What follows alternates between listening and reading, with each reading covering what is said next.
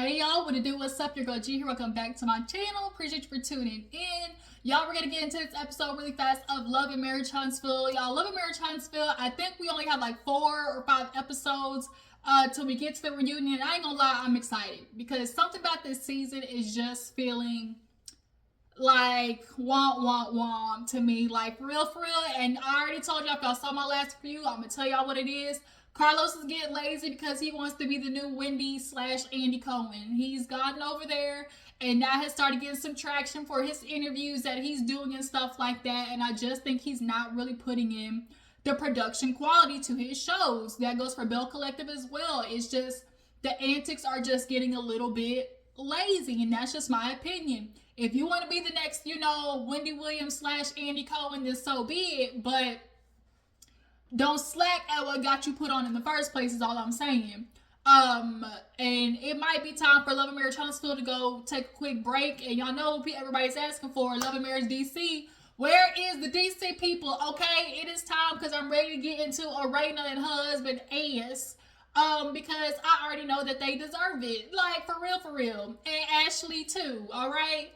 With the Silvers. But yeah, nonetheless, let's go ahead and get into this episode, y'all. So, we open up with Kimmi and Maurice. Honestly, y'all, I don't know which scenes piss me off more.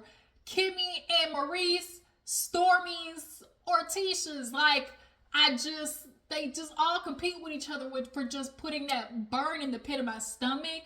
But this season, Maurice is giving me a different level of just, like, festivity. Because here it is, we got Kimmi trying to make sure she gets the progress going on her building because, like, it's not funny. We're behind. Hello. Chop. Time is money. And Maurice always takes this approach of, like, nah, we'll get there. It'll get done. And like Kimmi said, most of the time, these Scott brothers, they operate just the goddamn same. Nothing gets done unless it's mutually beneficial. They're not just doing something for the wife and being of service to their wife. Because that's what you do as a good husband, is be of service to your wife. They don't do that. And like Kimmi said, professionally, he's not doing it until after I've had to ask him 3, 4, 5, 6, 10 times. Why, as your wife, am I having to ask you 10 times to do the right thing? And that's what these niggas do. Like, once they feel like you're married and with them and stuff like that, they get lackadaisical because they feel like, where are you going? Maurice ain't in no fear of Kimmi leaving because at the end of the day, Kimmi and Tisha, we used to think Kimmi was the better of them, but Keisha, damn, Kimmi, I have to say, but you just like Tisha. God dang, that hurts my soul. You have no idea how much that hurts me to say that. But nonetheless, she's getting him in Micah's ass because he's like, well, we done. And Kimmy's like, no, you're not. I mean, when we finished though, well, no, you're not. You still got walls to put up. You got this and that. Like, let's get to it. And Micah's lackadaisical because Maurice ain't putting a fire in his behind either. So she got to do both. She's like, Marceau, Maurice, you could help. He's like, why you want me to do everything? And she's like, well, I did think was going to marry a handy husband. Like, before I met you, you were acting like you liked doing these construction things. He was like, man, no, I wasn't. Like, you knew before we got married that this ain't what I do. She was like, Maurice, no. Like, absolutely not. Like, I thought I would have had a handy husband, as most women do. Y'all want to sit here and talk about women, like, and our duties and all this type of stuff within the household. But y'all don't be doing what y'all supposed to be doing either. When the plumbing breaks, we call the plumber. When the house needs construction, we call the constructors.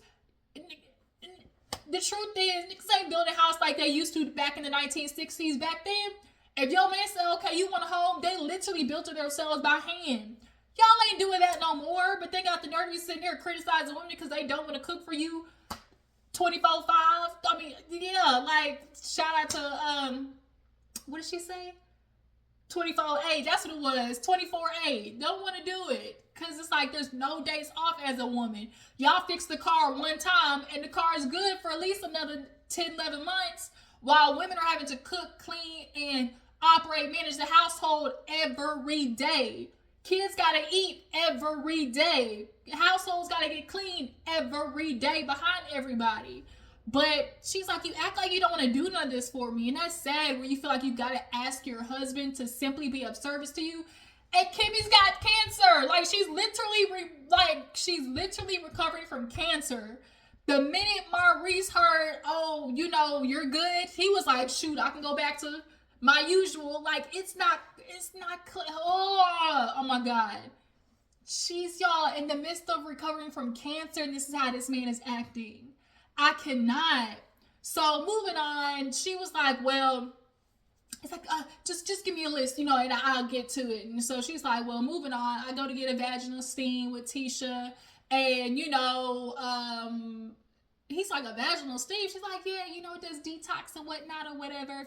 And, you know, they even got stuff for, you know, down there, you know, to help with the libido. She's doing everything to prove to Maurice, I'm trying to get this libido going for you, babe. I'm trying to do everything I can, from yoni eggs to vibrators to vaginal steams. When Kimmi, I think, you know, without a doubt, it's not you that's the problem. It's Maurice. Nothing about how Maurice is acting these days is attractive to you. You're not, the kitty ain't getting moist because nothing about Maurice is giving you the urge. He literally switch you on a daily and does, like, he literally switch you on a daily and doesn't do anything around the house that is appealing to you.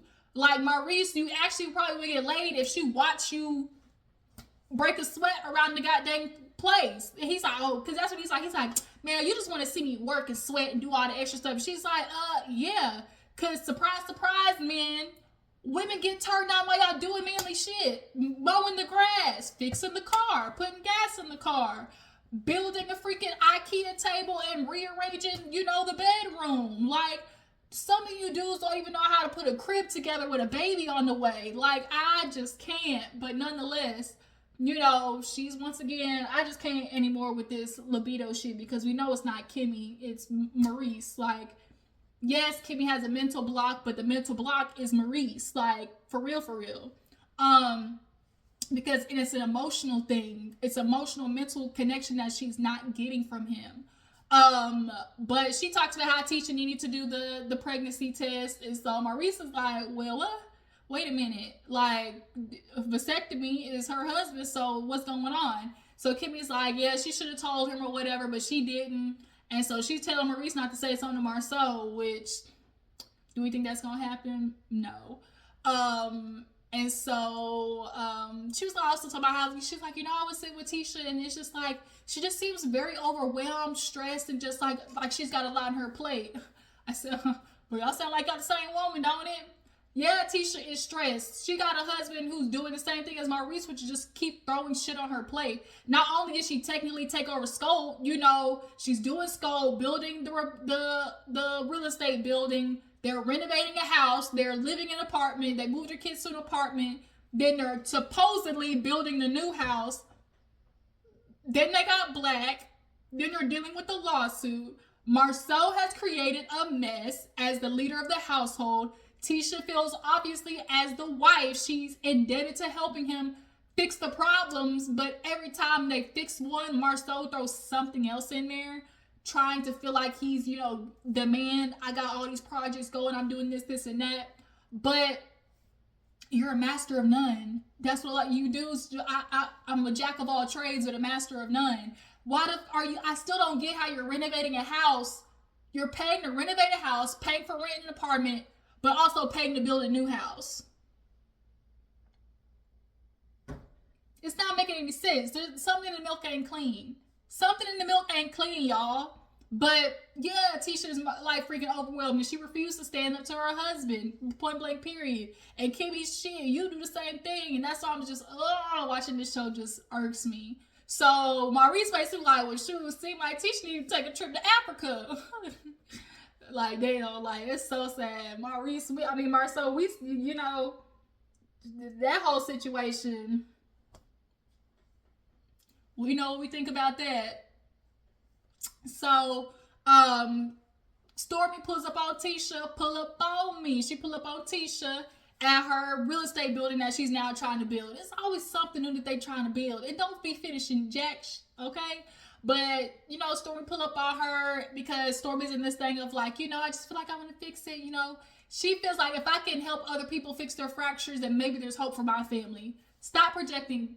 Okay, Stormi, your mama and your auntie, them bitches crazy. Point blank, period. Okay, we saw how your mama was acting. We saw how your auntie was acting. That is a no-go. But nonetheless, she's asking about Kiki and the barbecue, and Tisha's like, girl, that's a nail in the coffin. Like, I'm not doing it. Like, I'm not doing it. Like, she threw a drink in my face. And she's like, well, I just feel like sometimes things break, you can put it back together. And she was like, I just can't anymore. Like, especially, and Stormi mentions like, well, no, because Tisha was like, well, it's kind of like how you said with your friend. Like, sometimes you just have to take a step back. And Stormi's like, well, that's not the same.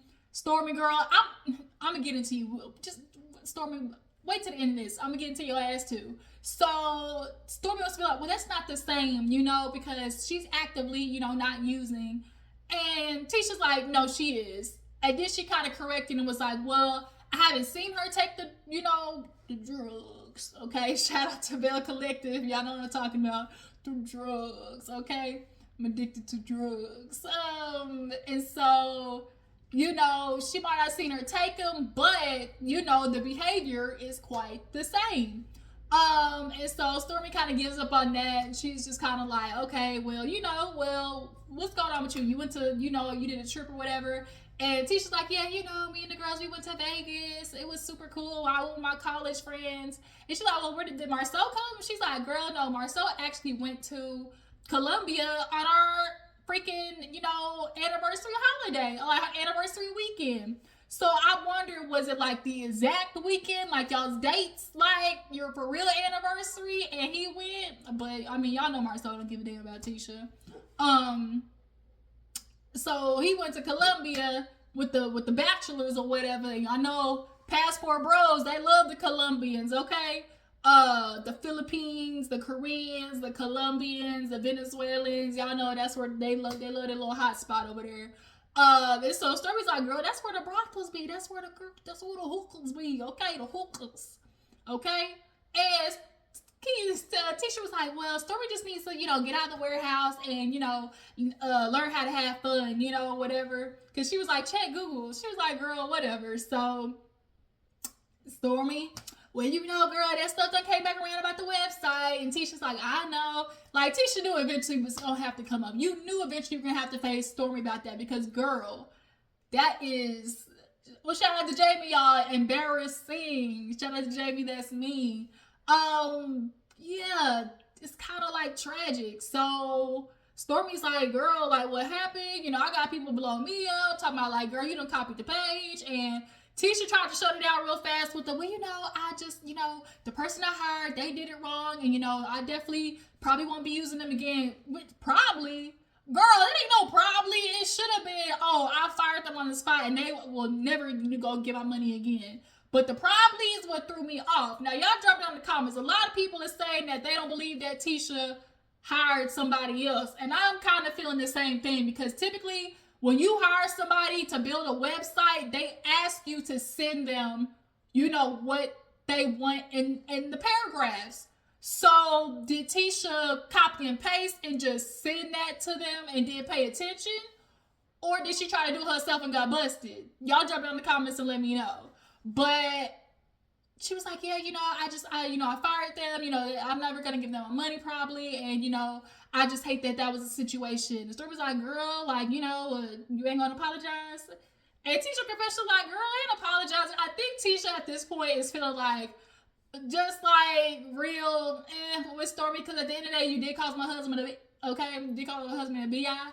And like, innately, you're not going to want to apologize to a woman who called your husband a biatch. So at first she wasn't trying to hear it, but then Stormi was like, girl, because like for real, like people calling me up, making videos about me, and of course y'all know Tisha's favorite thing, people are just haters. I have a lot of haters, and you just could never win with them. And she was like, well, girl, you ain't the only one who got the hate. Like, I got the hate too, like you ain't the only one. Because not gonna lie, Stormi be getting tore up on Twitter too. So both y'all just like got drugged down into a situation. So it wasn't until then that Tisha was like, well, I didn't know that, I didn't know that happened. So, I apologize.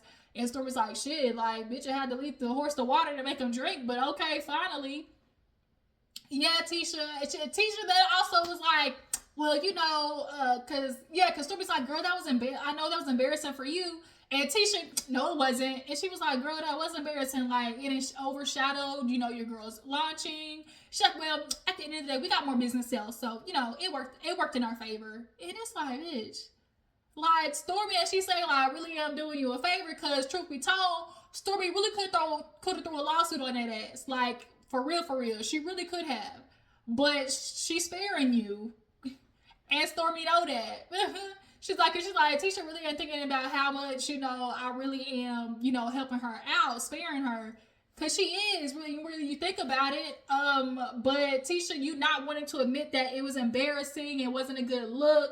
Tisha's big thing is, like, she just does not want to give into the public opinion. She doesn't want to, feel like she is basically proving the public right. She does not want the viewers to have a win.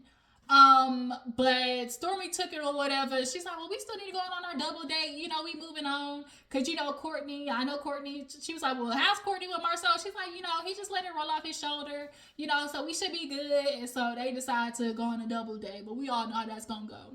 So Chris pulls up on Nell real fast to basically let her know, like, the son is hurting.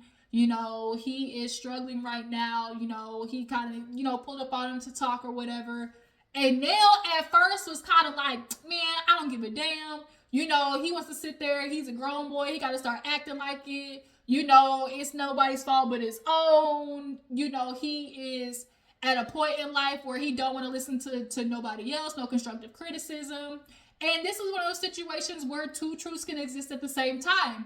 That because of his depression, like, hearing criticism from his family, which is what he told his dad, like, well, he's like, well, as your family, don't you think we would, like, want to, like, you could, like, as your family, don't you think for us, we would like to tell you, what's going on?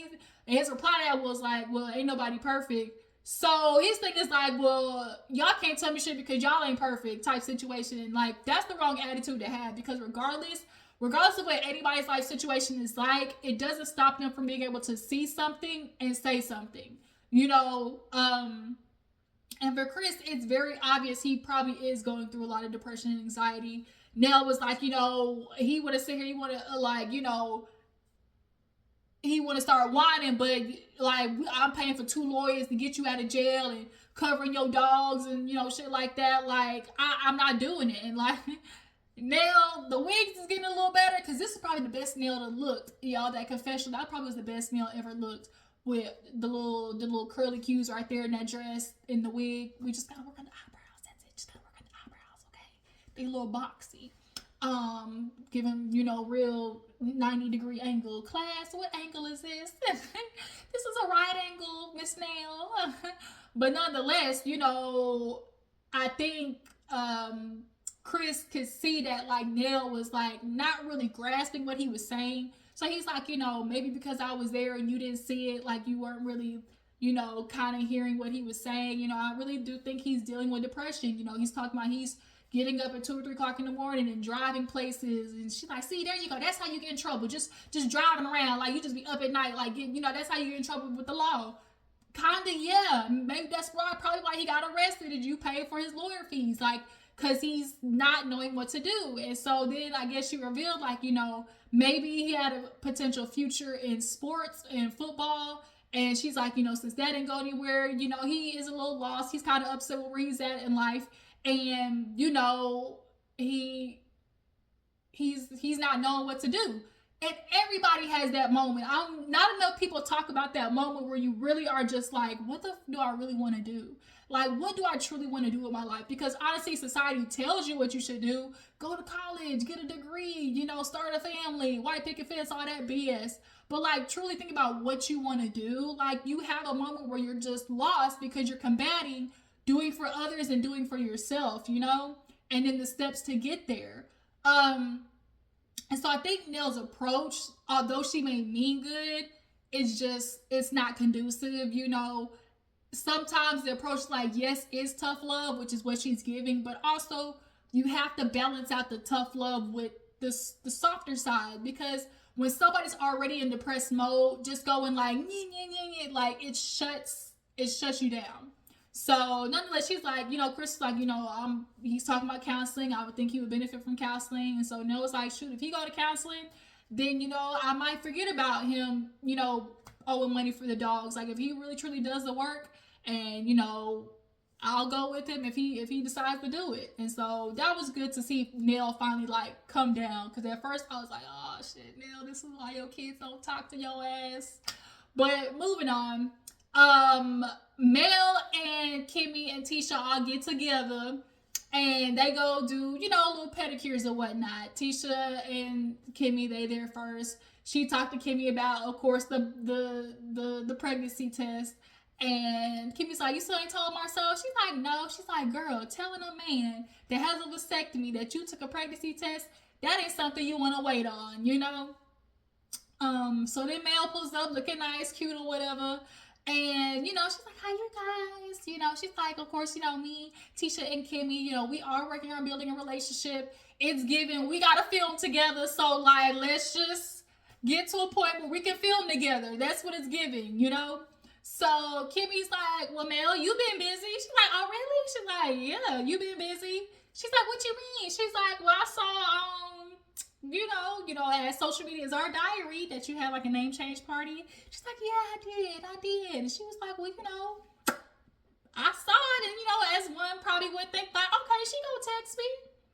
And Kimmy's like, I didn't get that text though, And Mel basically was like, well, I didn't want it to become a thing, I just wanted to have, my close friends, family, people who I feel like, have really been there and supported me, just really close, friends. And I feel like had I invited you, then it would have been Maurice and Tisha and Marcel. And I just didn't want them running back and telling Martell things. Like, I just didn't want to become like a thing, And so Kimmi kind of took it as like, I think Kimmi felt like they were in a better place, especially since Mel did throw her like a cancer party, And so I can understand how Kimmi felt like, well, damn, I thought we were closer than that. But also in this next part where Kimmi, you try to be funny about this whole last name situation, it's understood why Mel was kind of like, yeah, girl, we cool, but still at an arm's distance, Like Kimmi could have went and not brought Maurice. She could have asked specifically because the truth is, like Maurice and Marcel, had they came, I mean, we know Tisha and Marcel weren't coming, but had Kimmi and Maurice came, Maurice would have ran and told that shit to Marcel. Marcel would have told that shit to Martell, and it's gonna be a blow up at the reunion, But Kimmy's like, well, did you get everything that you needed from it? The closure and stuff like that. And she's like, I did, It's not necessarily closure as it is, just a representation of just like moving forward in life and, just progressing and everything. And Kimmi started talking about, well, I just always kind of asked because for me, it's always about like, I didn't want the stereotypical thing of like, oh, kids not having the same last name as their mom, especially in the Black household. I'm like, I'm confused. Like, I thought it was a thing of like not having the same last name, like because of your daddy. Am I not tripping? I thought that's kind of more what it was, not the mama.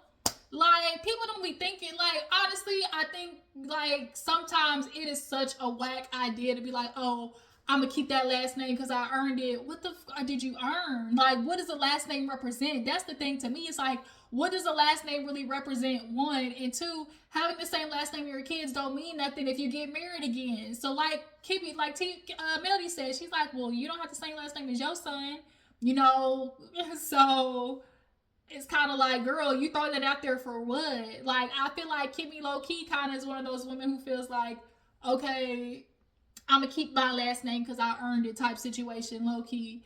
And I'm glad Melody changed her last name because at the end of the day, Martell Holt is a narcissist. And any success that Melody would have had, he would have felt like he had some attachment to it, like he had something to do with her success. Oh, because my last name opens up doors. No, the fuck it don't. Who really opened up doors for your relationship and for y'all's marriage was Melody because she's the one who got the builder's license. Do you remember that, Martell? Do you have a builder's license yet, Martell? We'll ask at the reunion. We'll see how that builder's license is coming along. Okay? Yeah, so yeah, no, sorry. Mel was like, for me, it's not a big deal. My kids know what the situation is. For me, it was a level of growth and moving on, and I just know my kids, like, they're gonna be okay, and it's all right with me, because they still know at the end of the day what it is. And that's on that. For real, that's on that. So then, of course, Mel brings up Tisha, like, well, Tisha, I heard that you had girl, you got it there last time real fast. I didn't really get a chance to talk to you. And Tisha was like, well, Kimmi did let me know how you felt about me, in a whole town hall meeting. And I just wanted to let you know that it wasn't a problem with you. I was just over the whole thing. And, people just like, I just been getting stuff left, right, and different. So I just, was over it. And Mel was like, well, I definitely get that. It just kind of seemed like, girl, like, because you were kind of quiet the whole time and everybody else was saying something. But the minute, I said something, that's when you kind of like piped up and was like, well, nah, that's not what we talking about. Tisha, let's not bullshit. Like, let's not bullshit. You definitely was saying something because it was Mel. Point blank, period. And Mel absolutely was right. We need to address what happened before the expo, because what happens before the expo rolls over to the actual event. The reason it seemed unorganized and unplanned because, one, y'all didn't ask for money up front with everybody. Two, y'all weren't organized with the booth and who paid, who did, all that type of stuff like that. It just was damn, y'all couldn't even get the projector going on. Y'all standing behind it arguing and shit. But yeah, nah, I'm with Mel. Like, it definitely was giving you wanted to say something because it was Mel. That's how I feel. I'm gonna stand on it. I'm gonna stand on business, okay? shout out to King Harris. But they kind of have like a resolution or whatever. And Kimmi's like, see, this is what I wanted, This is why I wanted us to keep doing this, Are we like, are y'all unblocked? And both of them kind of did the awkward laugh, like, like, Kimmi, don't push it, bitch. Like, okay. I'm gonna call you when I get home. Okay. Like, Kimmi, you pushing it. Stop it. Like Mel said, we blocked too many people. Then I have to go all the way down, find you. I'm not doing it. Like, we cool in real life, but I'm not unblocking you. Like, they understand that with each other. Like, stop it. So the last scene, we have the double date of Stormi and Tisha, right? Stormi, Courtney, Tisha. First things first, these bitches show up an hour and a half late. If I was Stormi, I'd be mad too. And Stormi, all the hood came out of Stormi. I'm tired of this shit. I'm tired of messing with these bitch ass hoes. I done let you play. I done let you slide the first time, bitch. You want to sit here walking like you somebody. Y'all ain't no motherfucker somebody. Yeah, like, y'all bitches ain't nobody. Like, Stormi, the hood was coming out, and I don't know why I was entertained. The accent just took me out. These cows. I thought of these doing them in that fuck shit they be on. But they come in, Stormi's like, well, y'all late, ain't you? I had shit planned, but, at least you would have told me. And that's the thing for me, too. Like, if you gonna be late, say something. And it already was awkward. They immediately get into, well, what's up? What you doing? Because, Marceau and Stormi, they don't really mess with each other. But, Marceau's like, hey, how I been? And Courtney's like, I ain't seen you since the town hall meeting or whatever. Everything's been good. But, the only thing I had a problem with was the fact that meeting, he was kind of like, oh, Mr. Steele, whatever. He's like, man, that's some kid shit. And he was like, well, at the end of the day, like, you want to say, oh, that's a problem, but you didn't have no problem with your wife calling me all types of bitches. He said, that's a little bit, contradictory. And I can't, y'all, I hate to admit it, but Marceau, he came with some validity and it pissed Stormi off. That's why she walked up at the end. She wasn't ready for Marceau to hit her back in a very calm, calibrated way that really kind of low-key checked her. Because he was like, bro, like, that's contradictory. You got a problem with that, but not with her calling me a bitch. He's like, man, nah, whatever. Like, and Stormi kind of piped up and was like, well, you even called yourself a bitch. Like, you called yourself a big bitch, And Tisha's like, I thought we already resolved this. And then Marcel's like, no, we ain't got no problem. It's whatever. Stormi, because I'm not going to go at you, I ain't going to take it out on you. And so basically Marcel's thing is like, I'm not going to beef with you. You a woman. Like, I'll take jabs at your husband or whatever. Because the truth is, had they been calling each other's bitches and hoes back and forth, it would have been a problem, okay? Courtney, it would have been a problem. So Stormi kind of was like, well, you know, you got a problem with me, like saying, you know, you ain't got to talk to my husband like that, because at the end of the day, that's some shit that a man wouldn't do. That's something a bitch would do. And so it's like, Stormi, bitch, you know what you doing. And so Marcel was like, well, you know, I guess we had this conversation already about, you know, you calling me that and you still doing it. She's like, oh, I didn't call you no bitch. Stormi, let's not play this game. Let's not, Stormi. Stormi, definitely this episode, as much as you want to sit here and play this, oh, I want to be good with Tisha, you don't. Like, you really don't. You want to have an issue with her because you low-key think your husband, Courtney, would knock the dust off of Marcel. You kind of want there to be a fight between them. So in order for there to be a fight between them, you feel like there has to be a fight between you and Tisha. And you really don't. But nonetheless, she also don't like Marcel at the end of the day. So because she was like, you know, that's some shit that a bitch would do. You know, her accent, that's some bitch shit, you know. And it's kind of like, Stormi. So he hit her back with the, well, you know, Stormi, I'm just not gonna talk to you no more. I'm just gonna ignore everything you're saying. She's like, see, that's the problem, too. That's why Tisha got a drink thrown in her face. And Tisha was like, wait a minute, bitch, like, why it had to be the reason I get a drink thrown in my face? Just because I'm ignoring her don't mean that's right for her to throw a drink in my face. And she was like, I'm not saying it's right, I'm just saying that's why it happened. And I'm like, Stormi, come on, like, cut it out. So now Marcel hits her with the, well, you know, we did have a conversation and you did say, you know, where you come from and your culture, that calling somebody, you know, a bitch is normal. But, you know, I'm a little too old to be trying to figure out other people's cultures. And Stormi now wants to walk off because at the end of the day, he's calling out something that you did say. Because Stormi, you did say that shit, right? You said, well, where I come from, this is what I do. And at the end of the day, you want to sit here and play this game of like, oh, I'm not calling him one, but you are. And I don't think Stormi was really ready to have that combat with him like that.